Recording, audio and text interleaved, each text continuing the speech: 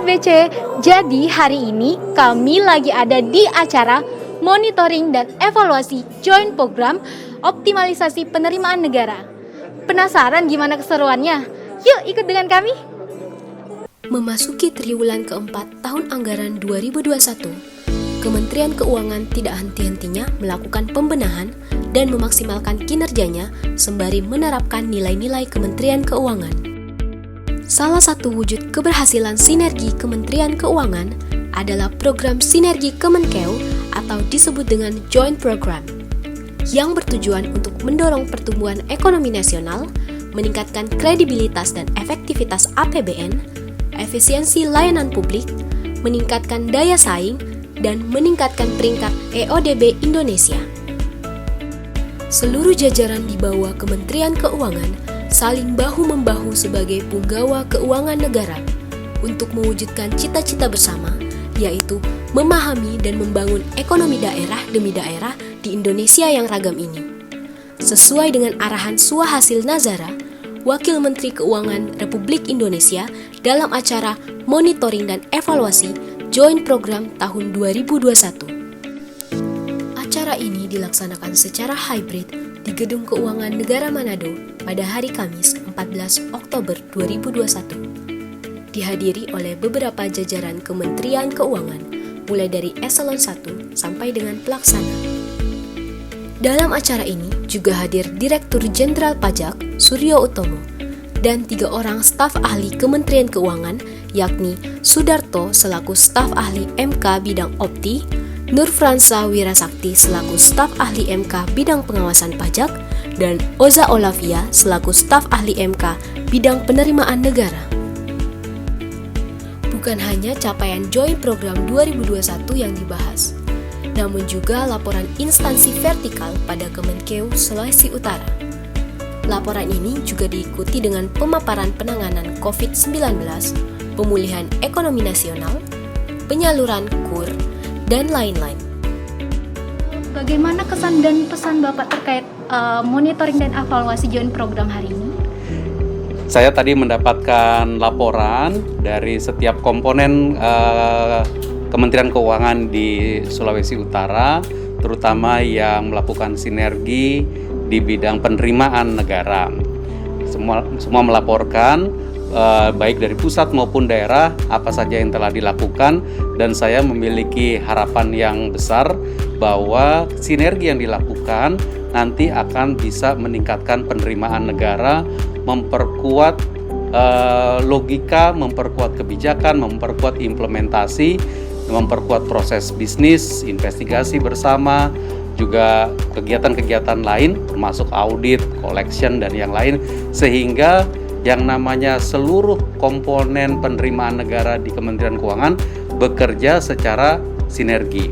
Dan tadi telah ada komitmen-komitmen baik dari pimpinan di pusat maupun juga yang dilakukan di daerah untuk menjalankan komitmen-komitmen sinergi penerimaan negara tersebut. Luar biasa sekali jawabannya Bapak, kami juga berharap yang sama dan mengikuti jawaban Bapak. Yang kedua, bagaimana pendapat Bapak tentang performa kantor wilayah di JBC Sulbaktara terkait penjelasan monitoring tadi? Saya rasa ya bukan hanya, jadi yang tadi telah dijelaskan oleh setiap kanwil sudah dirangkum menjadi satu. Ibu Bapak Kakanwil kita dengan seluruh jajarannya telah menguraikan apa yang dihadapi di Sulawesi Utara. Ini contoh bagus bagaimana sinergi setiap bidang kerja di Kementerian Keuangan yang ada di Sulawesi Utara kemudian saling mengisi, dan kemudian juga melihat perekonomian Sulawesi Utara secara komplit, baik dari sisi penerimaan, dari sisi belanja negara, bahkan tadi juga ada laporan mengenai pantauan mengenai dana desa, pantauan mengenai transfer ke daerah. Nah, ini bacaan yang komplit seperti ini yang kita perlukan, sehingga Kementerian Keuangan itu dia bukan hanya sekedar menjalankan APBN, tapi dia memang menjadi elemen yang betul-betul menjaga perekonomian nasional dan perekonomian daerah, termasuk Sulawesi Utara. Ini untuk pertanyaan yang ketiga dan terakhir, ya Pak. harapan Bapak ke depannya terhadap joint program yang sedang dilaksanakan ini. Joint program di sisi penerimaan negara tentu kita harapkan makin baik ke depannya. Bisa melakukan analisis bersama, melakukan connecting antara elemen-elemen penerimaan negara, antara pajak dengan bea cukai, dengan penerimaan negara bukan pajak. Karena sebenarnya yang kita sedang urus adalah perekonomian yang sama.